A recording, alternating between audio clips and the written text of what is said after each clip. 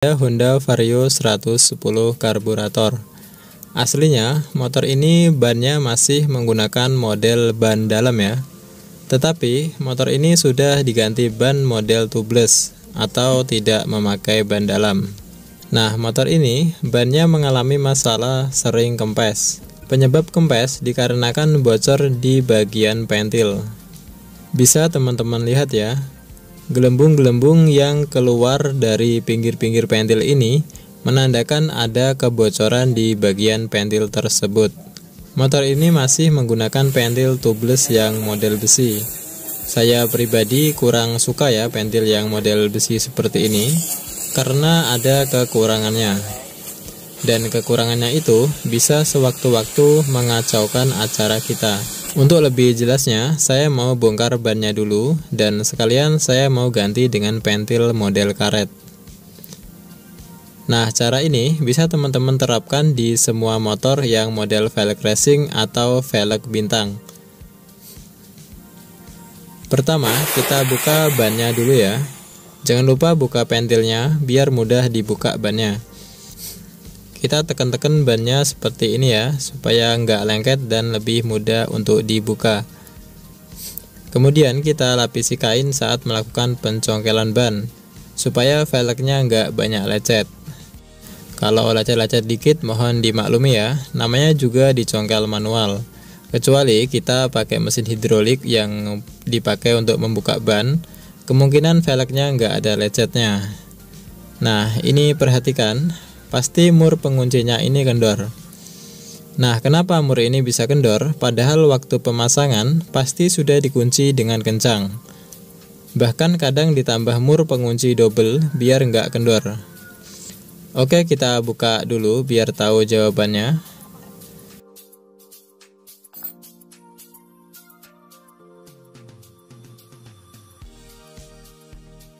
Nah, mur ini kendor disebabkan oleh karet yang udah gepeng, lembek, dan juga retak-retak kayak gini ya.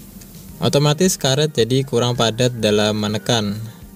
Nah, inilah kekurangan pentil model besi seperti ini. Kalau teman-teman mau ganti pentil yang model karet seperti ini, ada perlakuan khusus ya. Karena velg bawaan motor yang model ban bawaannya belum tubeless, lubang pentilnya itu kecil, jadinya nggak muat kalau langsung kita masukin pentil karet ini. Nah, kita perlu besarkan lubang yang ini dengan cara kita bor, supaya bisa dapat lubang yang pas. Dan biasanya saya gunakan mata bor ukuran 11 mm. Kalau teman-teman di rumah punyanya bor yang mentok ukuran 10 mm, itu juga bisa digunakan ya, tetapi perlu dibor beberapa kali supaya didapat lubang yang presisi. Oke, bornya udah siap, waktunya pengeboran. Sebelum melakukan pengeboran, pastikan bannya jangan bergerak-gerak ya. Bisa kita tarik tuas remnya, atau kita minta tolong teman untuk pegangi bannya. Takutnya nanti lubangnya bisa menceng atau mata bornya bisa patah jika posisi roda bergoyang-goyang.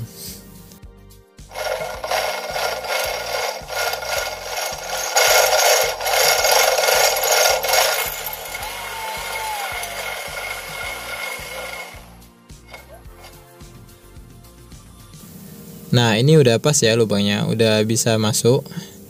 Tapi masuknya itu nggak semua. Dia sebatas tonjolan ini atau pentolan ini ya. Dan sisa tonjolan atau pentolan ini fungsinya sebagai pengunci nantinya. Sebelum kita pasang pentilnya, kita rapikan ya pinggir-pinggir lubangnya pakai amplas yang halus, supaya pentilnya nggak terluka dan bisa masuk sempurna ke lubang sini. Kan enak ya masuk lubang yang halus daripada lubang yang kasar. Yang bahaya itu kalau salah masuk lubang. Jangan lupa kasih pelumas ya sebelum dipasang. Ini saya pakai grease atau Vaseline. Bisa juga pakai oli, sabun, pakai baby oil juga bisa ya. Terserah apa yang ada di rumah. Nah, kenapa saya pilih grease atau Vaseline? Selain sebagai pelicin, grease ini berfungsi sebagai penutup celah-celah. Jadi misal ada celah sehelai rambut gitu, bisa ditutup oleh grease ini. Ini versi saya sendiri ya, belum ada penelitiannya. Cara pemasangannya, kita masukkan dulu pentilnya ke dalam lubang. Kemudian kita kasih mur pentil. Murnya sama kayak model mur ban dalam ya. Dan biasanya saya menariknya memakai tang. Dan saya ganjal pakai besi bawahnya.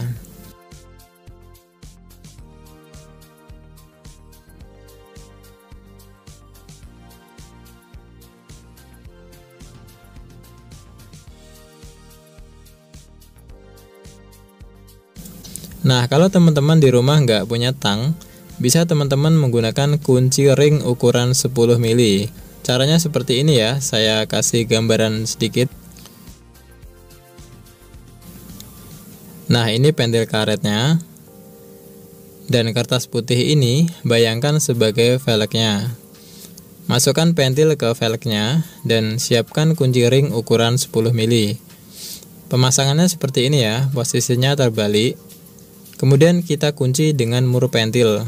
Kita mentokin ya sampai mentok murnya.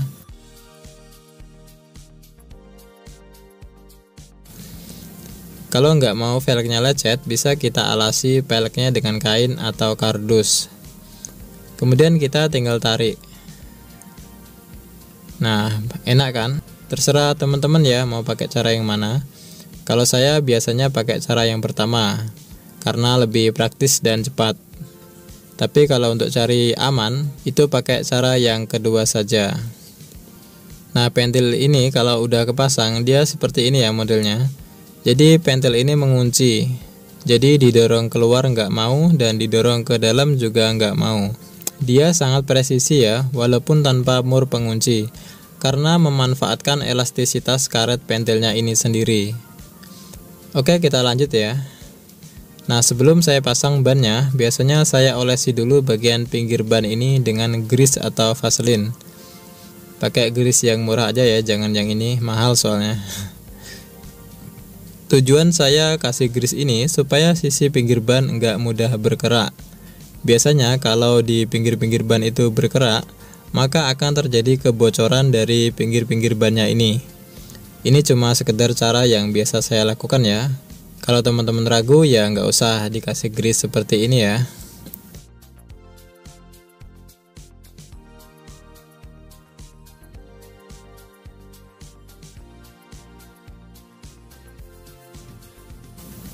Oke, langsung kita pompa bannya. Kalau bannya nggak mau ngisi angin, dibuka dulu pentilnya ya, biar tekanan anginnya besar yang masuk.